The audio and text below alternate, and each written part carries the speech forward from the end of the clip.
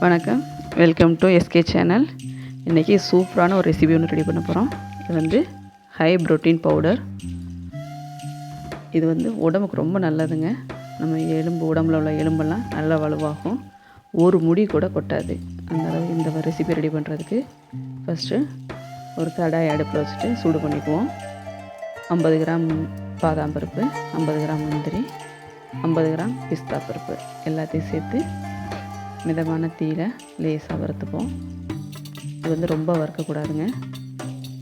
அது மாதிரி ரொம்பவும் ஹீட் பண்ணக்கூடாது. லோ ஃப்ளேம்லேயே வச்சு வறுக்கும்போது நல்ல ஸ்மெல் ஒன்று வரும். அந்த டயத்தில் இதை அடுப்பு ஆஃப் பண்ணிவிட்டு இதை இன்னொரு தாம்பாளத்தில் மாற்றிப்போம். இந்த மாதிரி அகலமான ஒரு தாம்பாளத்தில் கொட்டி ஆற வைக்கும்போது சட்டுன்னு ஆறிவிடும். அடுத்து பூசணி விதை வந்து 50 கிராம் சேர்த்துப்போம். சியா விதை வந்து அது 50 கிராம் சேர்த்துப்போம். இதையுமே லேசாக வறுத்துட்டாலே போதும். சூடேறினாலே போதும் பொருட்கள். ரொம்ப ஹை ஃப்ளேம்லாம் வறுத்துடக்கூடாது. வறுக்கிறதாங்க ரொம்ப முக்கியம். ரொம்ப ஹை ஃப்ளேமில் வறுத்தோம்னா கறிவிடும். அப்புறம் அது வந்து வேஸ்ட் ஆகிடும். வால்நட் 50 கிராம் சேர்த்துக்கலாம். அதையும் லேசாக வறுத்துக்கலாம்.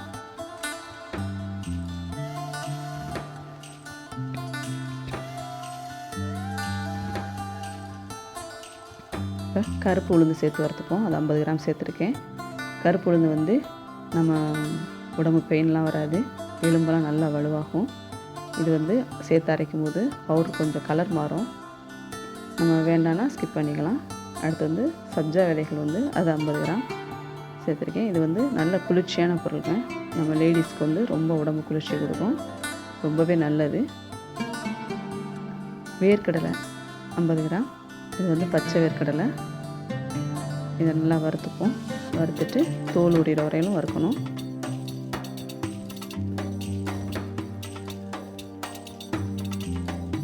தோல் நல்லா உரியுது, அந்தளவு வறுத்தாச்சு. இதை தனியாகவே வச்சுப்போம். தோலெல்லாம் உரிச்சிட்டு அதுக்கப்புறம் மற்ற பொருட்களோடு சேர்த்துக்கலாம்.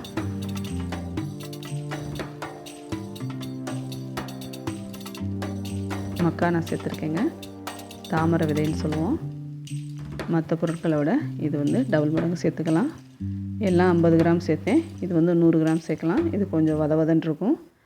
வறுத்துட்டு இப்படி எடுத்து பார்த்து நுணுக்கினோம்னா அது வந்து உடையணும். அந்தளவு வறுத்துக்கலாம்.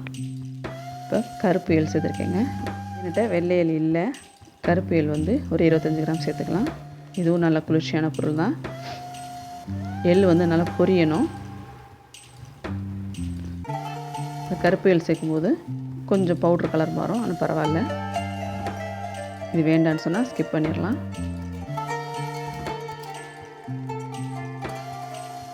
இப்போ எல்லா பொருட்களையும் நல்லா வறுத்து ஆற வச்சு வச்சுருக்கேன். எல்லாமே ஆறிடுச்சு. இதை மிக்ஸி ஜாரில் போட்டு அரைச்சிக்கலாம். நான் 2 பிரிவாக பிரித்து அரைக்கிறேங்க.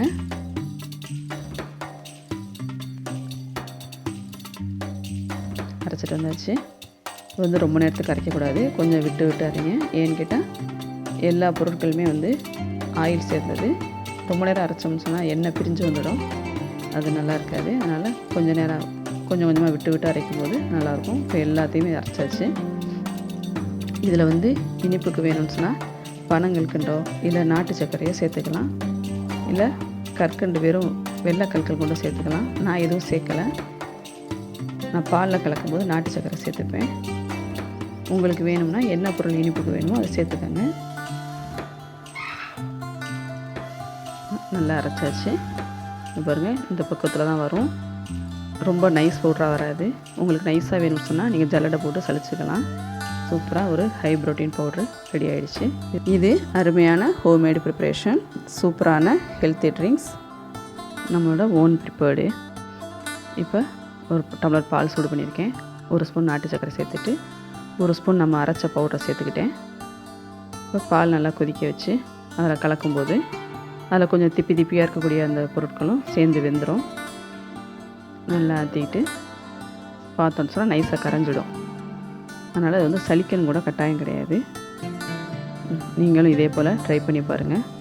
எப்படி இருக்குன்னு சொல்லிவிட்டு கமெண்ட்ஸில் சொல்லுங்கள். நம்ம சேனலை லைக் பண்ணுங்கள், ஷேர் பண்ணுங்கள், சப்ஸ்கிரைப் பண்ணுங்கள்.